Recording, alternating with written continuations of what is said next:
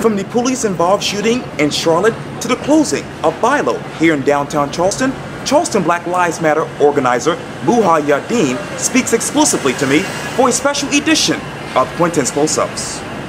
Muhiyyidin. Yes, sir. It is so good to see you. Always. I appreciate this. The last time I spoke with you was, what, a month ago? Must have been. This is our monthly meetup. I see. But it's a good time to talk to you right now because there's so much going on really in this particular country. Let me take you to Charlotte.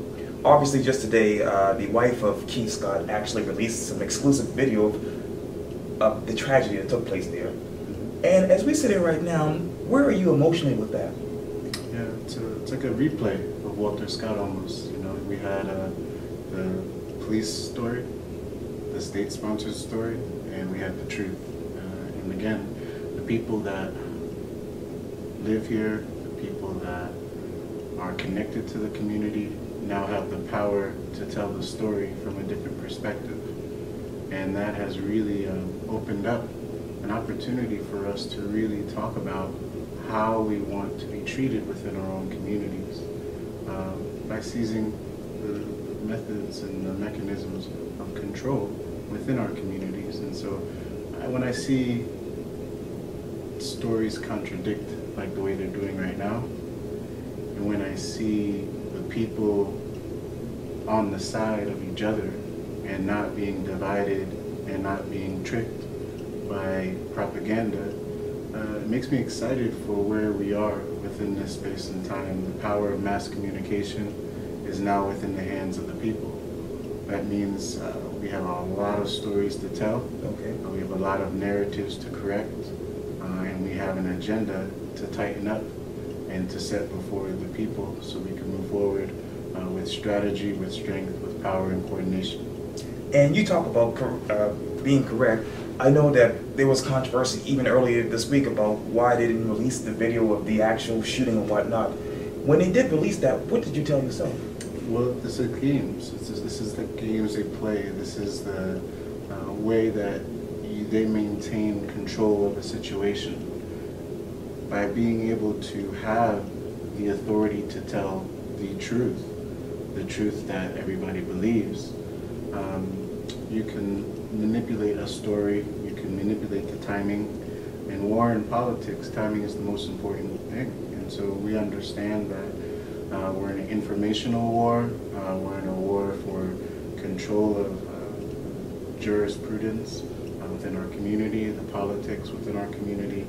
And this again is an opportunity for us to stand up and to take control of those institutions that have a deep effect upon our community. And so the media, of course, colludes with the local government, who of course serve the municipal corporations and their needs for tax money and their hiring of a police force. Now, who controls that police force? Who controls the mechanisms of training, hiring, firing, budget allocation, discipline?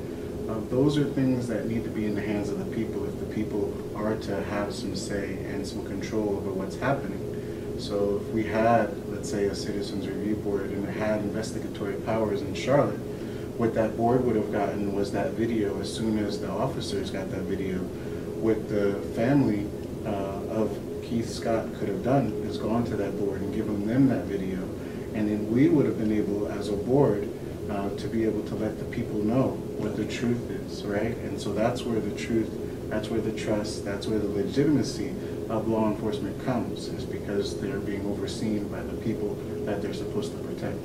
Speaking of people, you actually said this on Facebook, quote, "Big love Charlotte, all power to all the people," end quote. Tell me, when you saw the people marching on the streets of Charlotte, what was going through your mind? It was beautiful. You know, you had the Hispanic and Latino population and very strong representation. You had the young people of European descent and very strong representation. And of course you had the Charlotte born and bred, Southern born and bred African descendants standing strong. For those crews to be linked up together and to see that their plight and their destiny is intertwined, to see that they have to stand up against a system of white supremacy that has used and legitimatized police violence, that's a beautiful, beautiful, beautiful thing. So all power to all the people. And so this time is a very special time. This is a very, very special time. I sense that the shift of the narrative and the power to create narrative, and the shift of the idea of what a melting pot looks like, in which not that people assimilate into the power structure, but that the people actually create the structure around them in their own communities that actually reflect their values, that actually reflect who they are culturally, socioeconomically. Their needs are different. Politically, our needs are different. And so having two political parties for 318 million people in a diverse nation is ludicrous.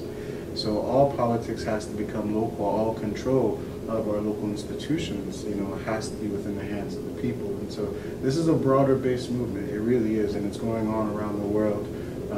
And it's exciting again. All power to all the people. Yeah. Even before Keith Scott, obviously it was Terrence Crutcher. As you know, yesterday was, there was a big story. According to the New York Times, they said this: Tulsa officer Betty Shelby was charged with first-degree manslaughter in the death of Terrence Crutcher. What sticks out in your mind when you hear that? Well, when you're able to take a murder charge, when you're able to commit murder, cold-blooded, on camera, and to somehow have your repercussions, your consequences for those actions be downgraded to the most minimal thing possible, that shows who the fraternal order of the police unions who support Donald Trump. It shows their power on and within our justice system, and being able to condone and allow this kind of behavior to go on. Now the families of Terrence Crutcher and the families of Keith Scott, they concern me a lot more than the officers, because they've lost someone, and they've lost someone that was very important to them. We've had communities and families destroyed by police planting evidence, profiling, brutalizing, intimidating, and killing people without having any oversight, without having to be accountable for their actions. So I'm feeling for those families that don't know justice, feeling for those families that don't know and don't see a system that is set up to protect them.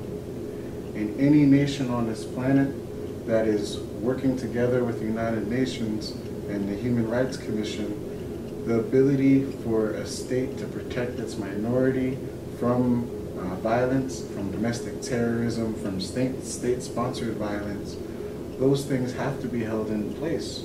This country itself goes and topples and takes over other governments because of the way that those governments are treating their citizens, specifically the minorities within that country. And so we're in the same situation. Again, this is a very serious time.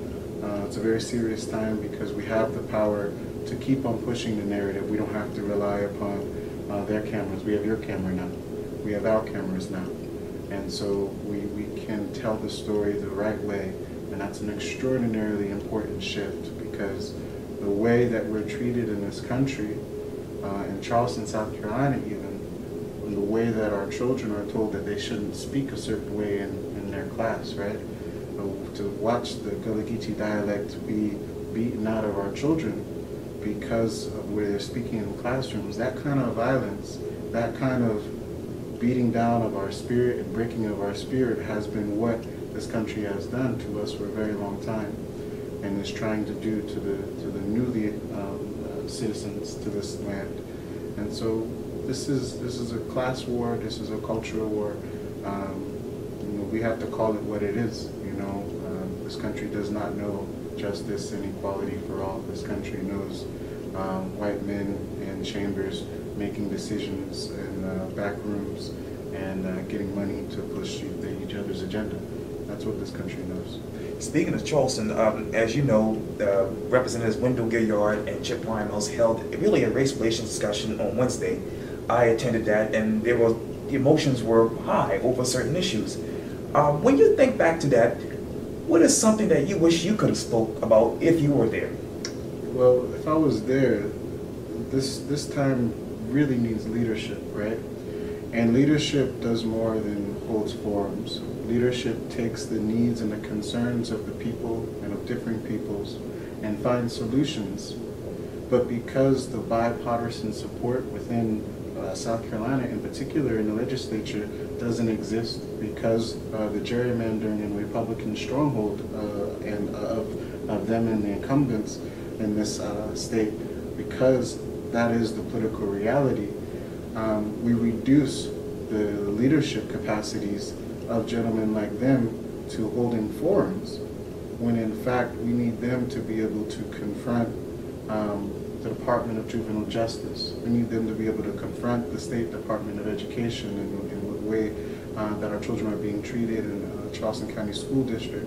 We need them to be able to support the people as we push to have oversight and control of the police within the spaces and places that we live in. So when I look at representatives that do not represent the voice of the people, but act as leaders out of their own vision, and a lot of the time out of their own interest and experience, they no longer are spokesmen for the people. They are people hustling their own agendas for people that are able to help them in their agendas. And so there's coalitions and cronyism, and that's how politics works down here. That's how politics works in the good old South and the good old system. So, you know, we don't have the opportunity and the leisure to have race relation forums. That is 50 years ago. We talked about access and we talked about equality, and all of us in this generation were raised to believe that that's the country we live in. We've been having those conversations for a long time. We've indoctrinated children to believe that everybody's equal. But the stark reality is that we're still being socialized into an unequal system of education. Downtown Charleston, look at the high schools. Some people going to one high school know children that are being locked up, that are being killed. They know their peers that are in the grave right now. They can name more than 5 peers that they've grew up with downtown Charleston. Whereas other high schools in the peninsula, those children don't know anybody that has suffered, that has died to state-sponsored violence, that has died to violence that was created by opportunity deserts.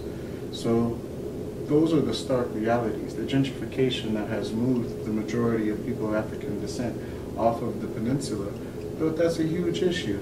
I mean, that's the one thing that I would have loved to hear them be able to address, in how the racist policies, the redlining, the annexations, the gentrifications, the property tax hikes, the commercial developments, how that is all colluded to create food deserts and spaces in which people do not have opportunities to be healthy and thriving and grow.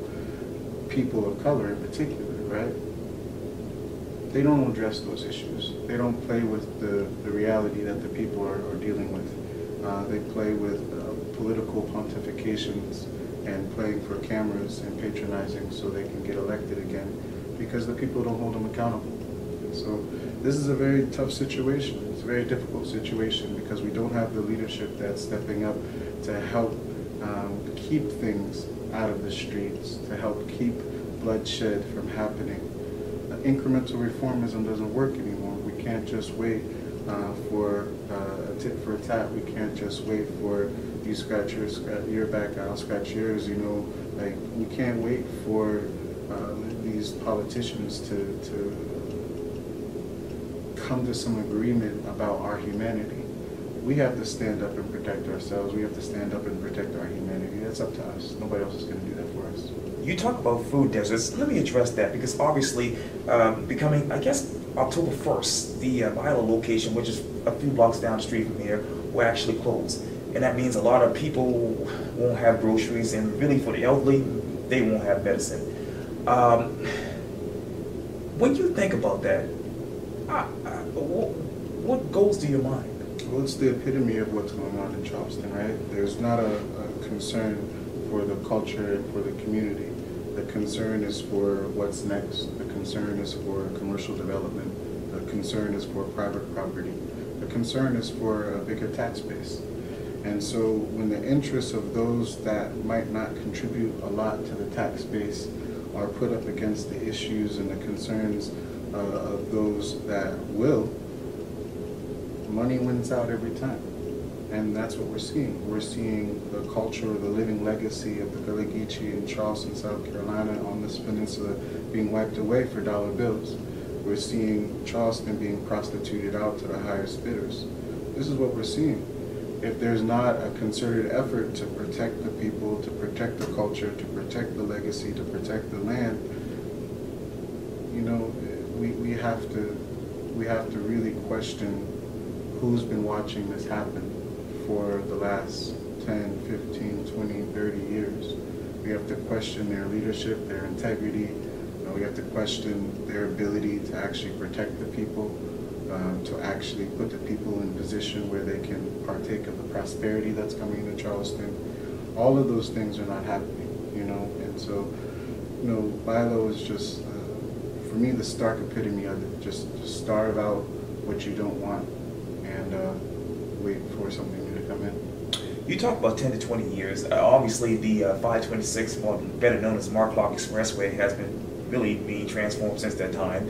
Now there's a debate over the future of 526. There's a lot of people that live on James and Johns and whatnot islands that will need access off the island if there's a hurricane or unforeseen event. When you think of 526 in the future of it, you say? I say the money can be spent better on making sure that the people that live here are taken care of. Okay. 526 and the money put forward towards it, again, is for the interest of people that want to do commercial work here in Charleston, for a population that is expected to be here. It is for the future. It's effective forecasting and fears about what might happen. Whereas if we invested into some public transit, if we invested into better affordable housing, workforce housing downtown so people wouldn't have to drive, if we invested in the bike lanes, if we invested in the ability to actually rid ourselves of our dependence upon fossil fuels and the automobile industry, then we could be looking at Charleston really showing the world how you maintain your cultural integrity while you grow and prosper. And so, again, 526 is one of those instances, again, where you pit the people against the corporations or the people that have an interest in developing a tax base and getting more money off of the land instead of nurturing the land and nurturing the people that live here. You talk about the future. You also said this on Facebook, and I believe this is September 20th around 6 o'clock. But you say, quote, save the date. October 12th is the next community forum on the proposed civilian advisory committee in North Charleston. We have been pursuing a board that has the power to investigate and discipline officers that abuse their power. If you would like to help change the game in North Charleston, tune into what's happening. So what's happening right now? Yeah, so we just had a work group meeting. So it was a very small work group meeting. The people that have participated in the creation of a citizen advisory commission in North Charleston has shrunk greatly. The process has been without fidelity. The legitimacy of how the document was drafted is in full question. But for the sake of unity, we have tried to move on and tried to keep on negotiating and see if we can create something that would work for the citizens of North Charleston, that would work for people that want to have trust within the police department, and to really heal the relationship between the community and the police. And so a big part of that is the people being able to investigate complaints, be able to have some say in how officers are disciplined when they have complaints coming in against them, the ability to affect hiring, the ability to control how firing happens, basically the ability to weed and seed in the North Charleston Police Department those elements that are causing disruption, those elements within the police department that are racist, those elements that do abuse their power, that think they are being a benefit to the community, but they actually aren't. And so we really hope that the Department of Justice would show up and really help us in doing this. Their role within this work has been nominal, if not manipulative and misleading. Their work is to kick the ball down the street a little bit longer, you know, and to not really grasp what is going on real time. And so again, that's left in the hands of the people. Either we decide to take control of what's going on in our communities, either we decide to keep track of what officers are doing within our communities, we decide to hold those officers accountable, and we decide to get those officers away from our children and away from our community, or we live in a situation where we feel helpless because we're not taking on the responsibilities necessary to actually ensure public safety in our community on any side, whether that is reducing the violence, the gun violence, by actually being able to affect policies of policing in our community, or being able to reduce the amount of officers that work in our community that are actually not from our community and don't know anything about our community and don't know the children and the people that live in our community. All of those things are within our grasp and within our power when we're able to seize our right to be self-determining. You talk about helpless. I'm wondering, when did you feel that? Helpless? It's a feeling of that comes a lot actually recently, because we have our children sometimes. Look at Denzel Cornell, a very young man, promising future, that was executed by an officer, but the tape mysteriously disappeared.